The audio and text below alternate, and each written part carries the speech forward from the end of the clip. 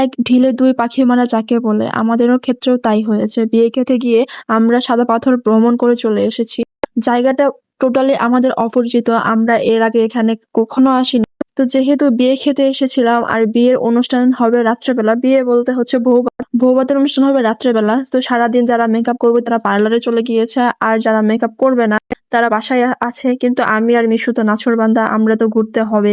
তো সকালবেলা ঘুম থেকে উঠে নাস্তা করলাম, চা খেলাম, নাস্তা করলাম। নাস্তা করার পরে মিশু বলতেছে যে সে রওনা হবে, কিন্তু আসলে আমরা যেহেতু জায়গা চিনি না তার জন্য আমরা সকাল সকাল বের হতে চাচ্ছিলাম। আমাদেরকে কেউ নিয়ে যাওয়ার মতো ছিল না। যতজন পুরুষ লোক গিয়েছে আমাদের সাথে তাদের সবাইকে মোটামুটি জিজ্ঞেস করেছি আমাদেরকে নিয়ে যাবে কিনা, কিন্তু তারা কেউই রাজি হচ্ছিল না। এক একজনের এক এক কাজ, এক একজন বলে তারা রাস্তা চিনে না কিভাবে যাবে। তো যাই হোক, মিশু তো যেতে চাচ্ছে, তাকে কোনোভাবে আটকানো যাচ্ছে না। তারপর আমার এক বড় আপু, মিশু, আমি আর আমার এক ভাগ্নি মিলে আমরা রওনা হই।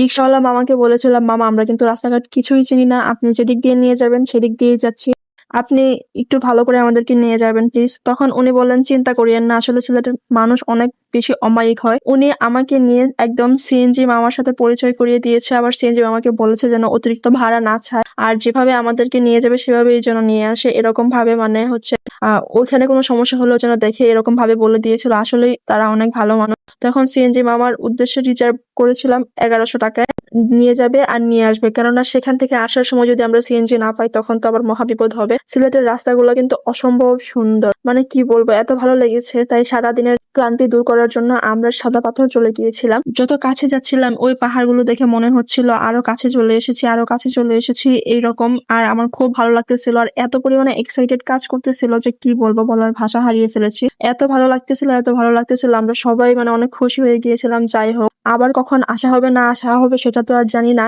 এইবার যে আসলাম আর এসে দেখতে পারলাম সেটা তো আলহামদুলিল্লাহ। তো তারপর নৌকা নিয়ে হচ্ছে যেতে হবে ওই পারে। প্রতি নৌকার ভাড়া হচ্ছে 800 টাকা। আপনারা যদি 2 গ্রুপ বা 3 গ্রুপ মিলে যান সেক্ষেত্রে আপনাদের ওই রকম ভাড়া হচ্ছে ভাগ করে নিতে পারবেন। তো আবার যদি এক গ্রুপেই যান তাহলে পুরো 800 টাকায় দিতে হবে। তাই সিএনজি ওয়ালা মামা আমাদেরকে আরেকটা গ্রুপের সাথে, মানে একটা ফ্যামিলিও যাবে তাদের সাথে পরিচয় করিয়ে দিয়েছিল। আর পরিচয় করিয়ে দেওয়ার জন্যই কিন্তু আমরা 400 টাকার মধ্যেই ওই পারে যেতে পারছিলাম নৌকা দিয়ে। নদী না পার হয়ে হচ্ছে সাদা পাথর যাওয়া যায় না। এই তো চলে এসেছি নৌকা দিয়ে ভ্রমণ করতে করতে।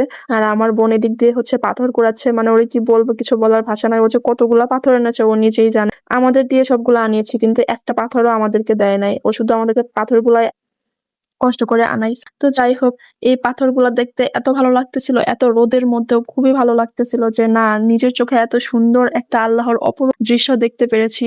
আল্লাহর সৃষ্টি কত সুন্দর, তাই না বলেন? এই যে পাথরগুলা, কোনো মানুষের সাধ্য ছিল কি এগুলা বানানোর? কিন্তু না, আল্লাহ তাআলা এই অশেষ নিয়ামত, অশেষ মেহেরবানি করে আমাদেরকে দিয়েছেন, কিন্তু কিছু মানুষের জন্য এটা আজ নষ্টের পথে, প্রায় নষ্ট হয়েই গিয়েছে। তো দেখতে দেখতে একটা পর্যায়ে হচ্ছে দিনের শেষ হয়ে চলে আসলো, আর আমাদেরকেও চলে যেতে হবে, কারণ সন্ধ্যা থেকেই হচ্ছে অনুষ্ঠান শুরু হয়ে যাবে। বাসায় ব্যাক করতে হবে, যেহেতু আমরা রাস্তাঘাট কিছুই চিনি না। এখান থেকে কিছু বিভিন্ন কালারের আইসক্রিম খাওয়ানো যায়, এটা শুধু বরফের মধ্যে কিছু কালার দিয়ে, এটার টেস্ট আসলে এতটাও ভালো না।